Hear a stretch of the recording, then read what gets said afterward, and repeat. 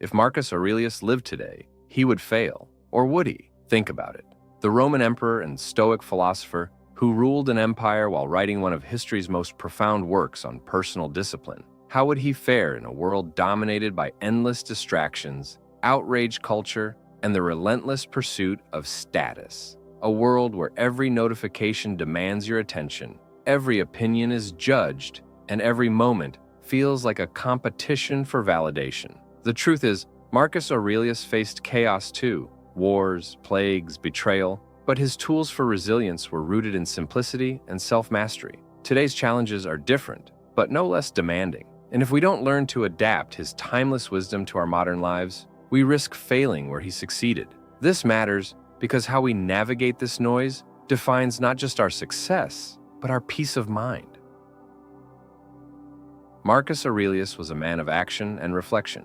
As both a ruler and a philosopher, he confronted external turmoil with inner calm. His writings remind us that life's difficulties aren't new. They've always existed in some form. What has changed is the nature of those difficulties. In ancient Rome, survival meant dealing with physical threats, political intrigue, and disease. Today, survival often means resisting mental overload. We're bombarded with information, pressured to conform, and conditioned to crave more. More likes, more stuff, more approval. These forces pull us away from what Stoicism teaches: control over ourselves, not the world around us. The question isn't whether Marcus could handle these challenges. It's whether we can apply his principles to overcome them. Let's explore 3 major obstacles he'd face today and how Stoicism provides answers.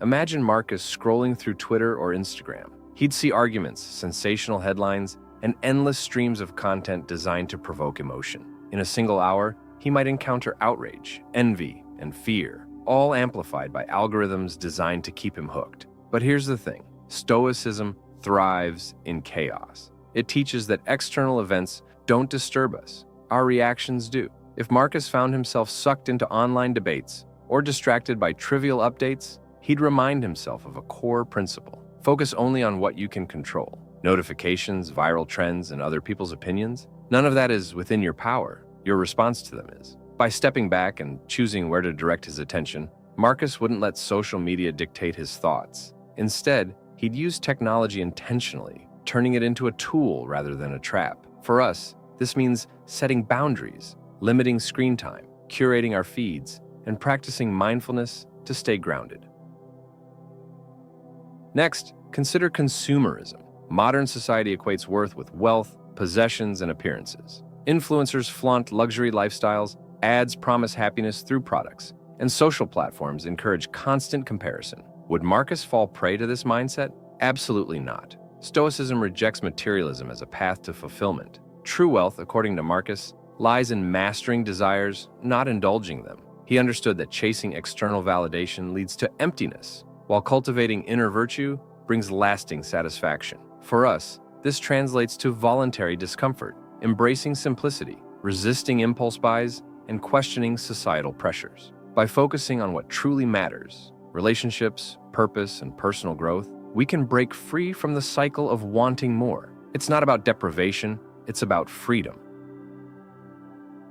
Finally, there's public judgment, the fear of being criticized, misunderstood, or canceled. In today's hyper-connected world, everyone has a platform to voice their opinions, and criticism spreads faster than ever. How would Marcus handle online backlash or misinterpretation of his ideas? He'd likely respond with indifference, not because he didn't care, but because he knew better than to tie his identity to others' perceptions. Stoicism teaches that we cannot control what people think or say about us. What we can control is how we react. Rather than defending himself endlessly, Marcus would focus on living virtuously and staying true to his values. This lesson is crucial for us. When faced with judgment or negativity, we waste energy trying to please everyone. But the Stoic approach reminds us that our worth isn't determined by external approval. Detaching from the need to be liked frees us to act authentically and confidently.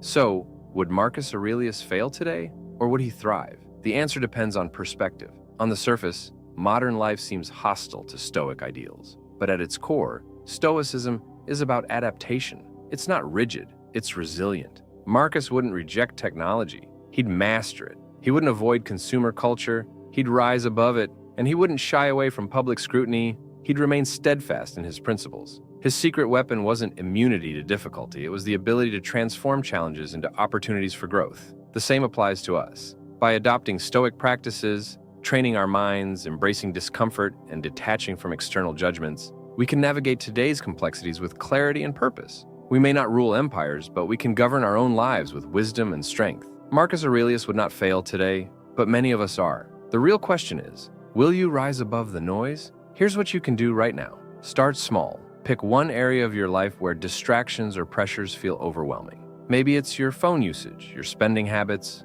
or your sensitivity to criticism. Apply a Stoic principle. Limit unnecessary inputs, practice gratitude, or reframe negative thoughts. And remember, this isn't about perfection. It's about progress. Every step towards self-mastery makes you stronger, calmer, and more capable of thriving in a chaotic world. I want to hear from you. What do you think? Would a Stoic survive in today's world? Share your thoughts in the comments below. If you found value in this video, hit that like button and subscribe for more insights on philosophy and personal growth. Thanks for watching, and remember, the power to succeed in any era starts with mastering yourself.